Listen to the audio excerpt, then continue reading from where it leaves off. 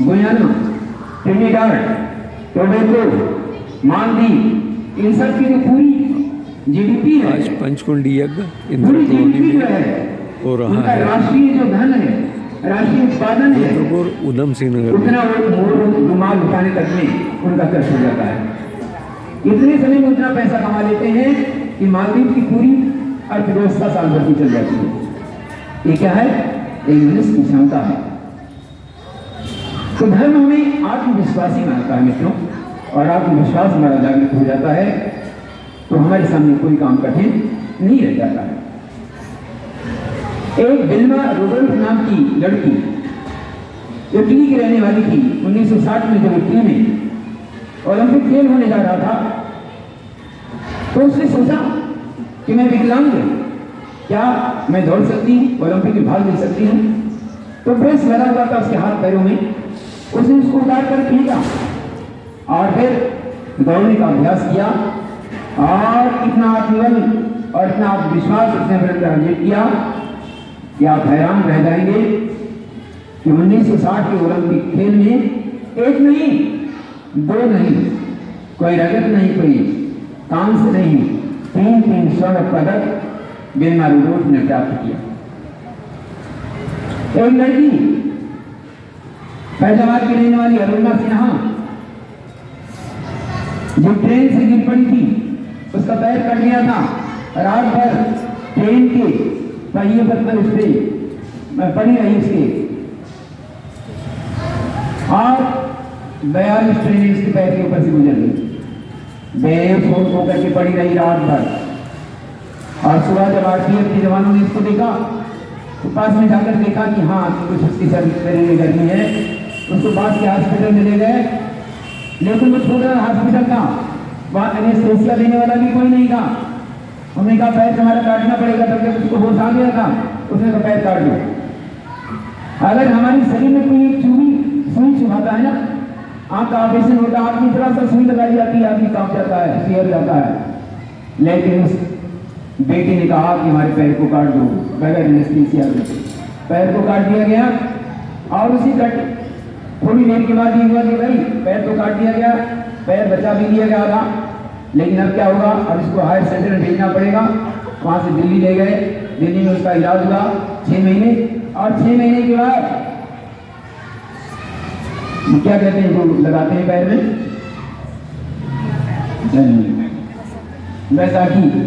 बैसाखी के सहारे से वो जानते ही कहाँ गई, घर नहीं गई।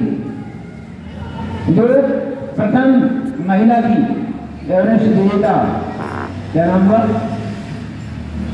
मैं नाम भूल रहा हूँ, प्रथम एवरेस्ट विजेता महिला ने दिल्ली में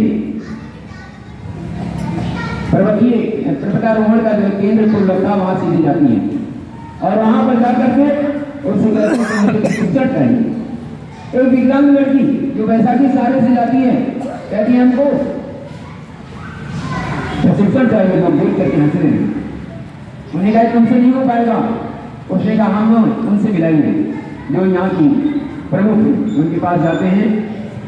पहले तो वो भी चौंक जाती है, वो भी थोड़ा मुस्कुराती है, लेकिन जब उसकी आत्मबल को आत्मविश्वास की देखती है तो कहती चलो बेटो तुम्हें प्रशिक्षण देंगे, और प्रशिक्षण पूरा करती है और सीधे एवरेस्ट पर जाती है। एवरेस्ट पर पहुंच जाती है, पहुंचने के बाद मौसम खराब होता है, और तब शेरपा वहां से कहता है क्या उतरिए नीचे, क्योंकि जो बेस में जाते जाते नीचे जो बेस होता है जहाँ पर रुकते हैं वहाँ बहुत से लोग खत्म हो जाते हैं, नीचे उतर नहीं पाते, जल्दी से उतरते हैं।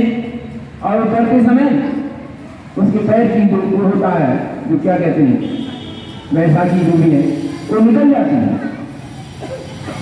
और वो समझती है कि अब हम जिंदा नहीं रहेंगे, क्योंकि एवरेस्ट विजेता का जो हमको पदक मिलेगा, जो सम्मान मिलेगा, वो शायद हमारे घर वाले आकर चलेंगे मरणोपरांत।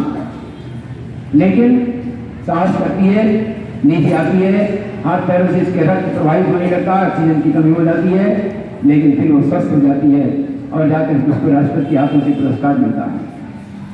ऐसे बहुत सारे उदाहरण।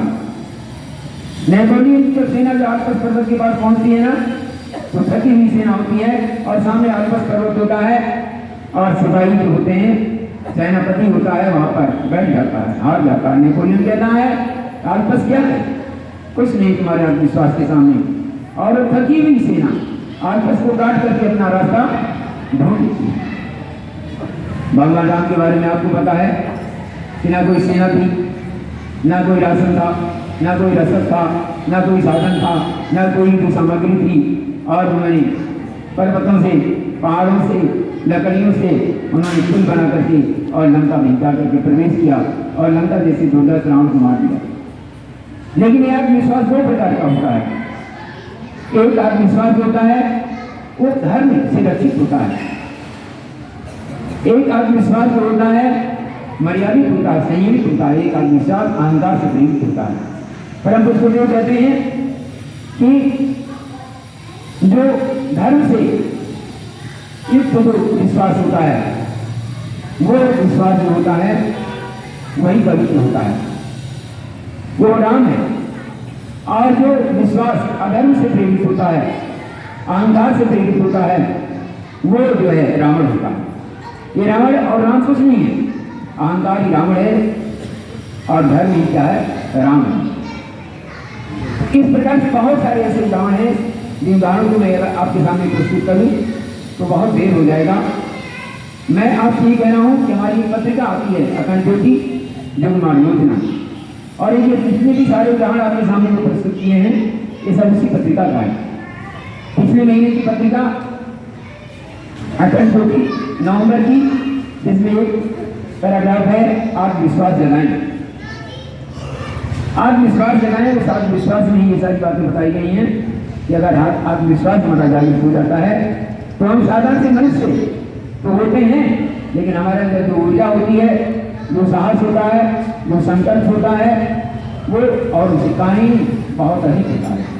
इसलिए परम पूज्य गुरुदेव ने कहा है कि मनुष्य अपने भाग का निर्माता आप होता है, मनुष्य अपने भाग का निर्माता आप होता है। और इस विश्वास के आधार पर हमारी मान्यता है कि हम श्रेष्ठ बनेंगे और दूसरों को श्रेष्ठ बनाएंगे। ये मनुष्य का कर्तव्य है कि श्रेष्ठता के मार्ग पर हम बढ़ें, अपने आप को श्रेष्ठ बनाएं, लेकिन केवल अपने आप को बनाने से काम नहीं चलेगा, बल्कि दुनिया को भी श्रेष्ठ बनाना पड़ेगा। यदि आप कोई मादक पदार्थ का सेवन नहीं करते हैं, धूम्रपान का सेवन नहीं करते हैं, आप शराब नहीं पीते हैं, लेकिन शराब की दुर्गंध से आप बच नहीं सकते। इसलिए आपको प्रयास करना पड़ेगा कि हम अपने जैसे बहुत सारे लोग हैं। अगर एक धूम्रपान करने वाला कोई व्यक्ति आपके पास बैठ जाए, आप धूम्रपान नहीं करते हैं, लेकिन उसका सारा का धुआं आपको पीना पड़ेगा।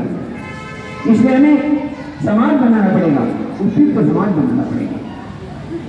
मित्रों, आपसे मैं निवेदन करता हूँ कि सब विचारों के संपर्क में रहें, और सब विचारों के संपर्क से ही जो एक महामानव पैदा होता है, नर से नारायण पैदा होता है। और आज हमारे देश को महामानव की जरूरत है, और महामानव ही 21वीं सदी को उज्जवल भविष्य के रूप में परिवर्तित करेंगे। और हमारी यात्रा जो शुरू होती है वो स्वस्थ शरीर से शुरू होती है। मन हमारा स्वच्छ होना चाहिए और हमें आत्मक सर्वभूतेश की भावना से काम करना चाहिए, तभी मनुष्य के अंदर देवत्व का उदय होगा और धरती पर स्वर्ग का अवतरण होगा। एक बात है गुरुदेव का, उसे आप हमारे साथ दोहराएंगे, और ये बात यदि आपके अंदर उतर गया तो साधारण हार मास के मनुष्य होते हुए भी आपके अंदर ऐसी ऊर्जा का संचार होगा कि आप जो है दूसरों से विलक्षण हो जाएंगे। आयो से आप हमारे साथ दोहराइए। अपना मूल्य समझो, अपना मूल्य समझो और विश्वास करो कि हम संसार के सबसे महत्वपूर्ण व्यक्ति हैं। हाँ, realize your worth and believe that you are uniquely made by the Almighty in the world। और जब गीता को शोपेनहायर नाम के वैज्ञानिक ने, एक दार्शनिक है जर्मन का, जब उसने पूरा उपनिषदों को पढ़ा तो उसने कहा उपनिषदों के अतिरिक्त और कुछ पढ़ने के लायक ही नहीं है, क्योंकि उपनिषद में कहा गया ईशावास्य विदम सर्वम यत्किं जगत्याम जगत तेन प्रत्येन भुंजी था मां दुर्गा का सचेतन। ये संपूर्ण संसार ईश्वर से आवेशित है और ईश्वर सबके अंदर है और ईश्वर सबके बाहर भी है। इसलिए हमारा कर्तव्य है कि सबको ईश्वर भाव मानते हुए सभी के कल्याण के लिए हम काम करें और त्याग पूर्ण जीवन जिए।